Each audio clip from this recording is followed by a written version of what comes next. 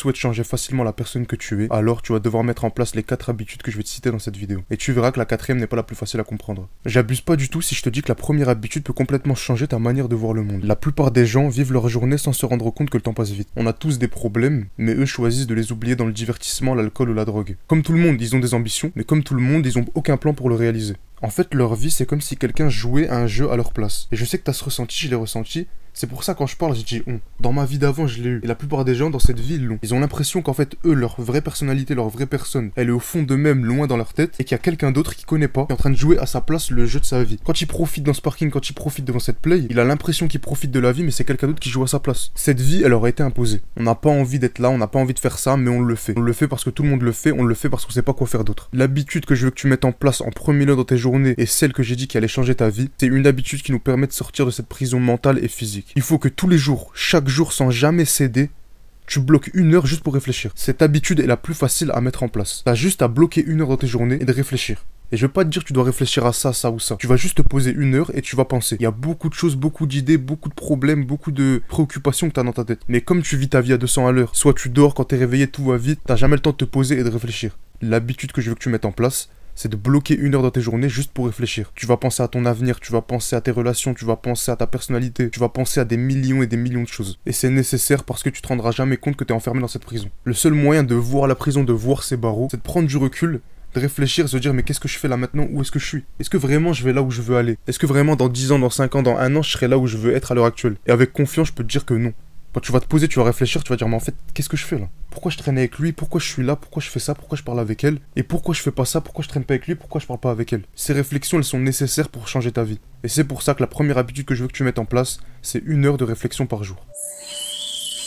J'ai déjà fait 2 vidéos sur le sujet, j'ai pas trop envie d'épiloguer. Mais si jamais t'as l'habitude de te sentir fatigué, de manquer de confiance par rapport à ton physique, ou même de te sentir faible et fragile, alors la solution c'est minimum 1 heure de sport par jour. À mettre en place, c'est la plus compliquée. C'est pas le plus compliqué de faire du sport, tu sais déjà même si tu fais pas de sport comment on fait du sport. Tu sais comment marche une pompe, tu sais comment marche une abdo et une traction. Mais à mettre en place, se lever petit à petit, faire plus régulièrement du sport, c'est compliqué. Je le sais.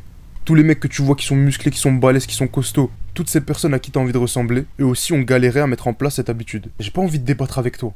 Mais le seul bon point que je peux te donner à faire du sport, c'est que si jamais tu mets en place cette habitude, que tu fais du sport souvent, régulièrement, alors même le moment où tu feras une longue pause de 1 mois, 2 mois, 1 an, que tu auras complètement oublié le sport, tu resteras un sportif. Parce que quand tu es sportif un jour, quand tu deviens un sportif, tu peux pas ne plus l'être. Mais il faut quand même au départ prendre ce temps, prendre cette force, cette énergie mentale pour commencer à faire du sport.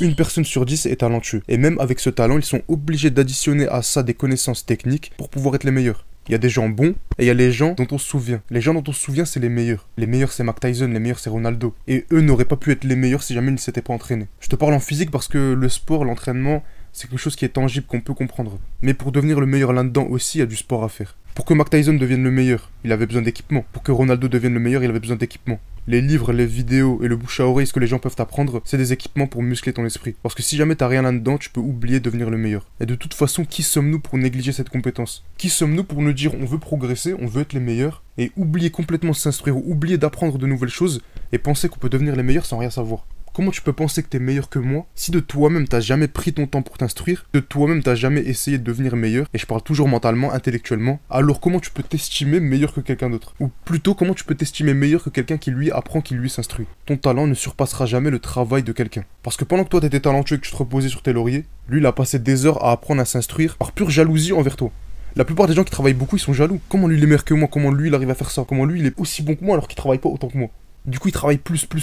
Et toi, ce que tu dois faire, c'est être meilleur que lui. Toi, t'es en compétition avec lui. Comment tu peux essayer de devenir premier? Comment tu peux essayer de le dépasser si tu travailles pas du tout? Combine les compétences que t'as déjà, parce que je sais que t'es talentueux, et à ce talent, tu vas ajouter des compétences techniques. Pour ça, il y a rien de plus simple. Il y a toujours un domaine dans lequel tu veux être meilleur, il y a toujours un domaine dans lequel tu veux être un peu plus bon. Tu te poses même pas 20 secondes, tu te rends compte que, ah ouais, en ce moment, j'ai envie d'être meilleur dans ça. En ce moment, j'ai envie de savoir ça. Avec les technologies qu'on a, tu peux utiliser YouTube, TikTok, Internet, des livres, ce que tu veux, pour pouvoir trouver la réponse à tes questions. Et t'as toujours un moment dans la journée où t'as rien à faire. Donc pour régler ces 2 problèmes, passe ton temps à t'instruire.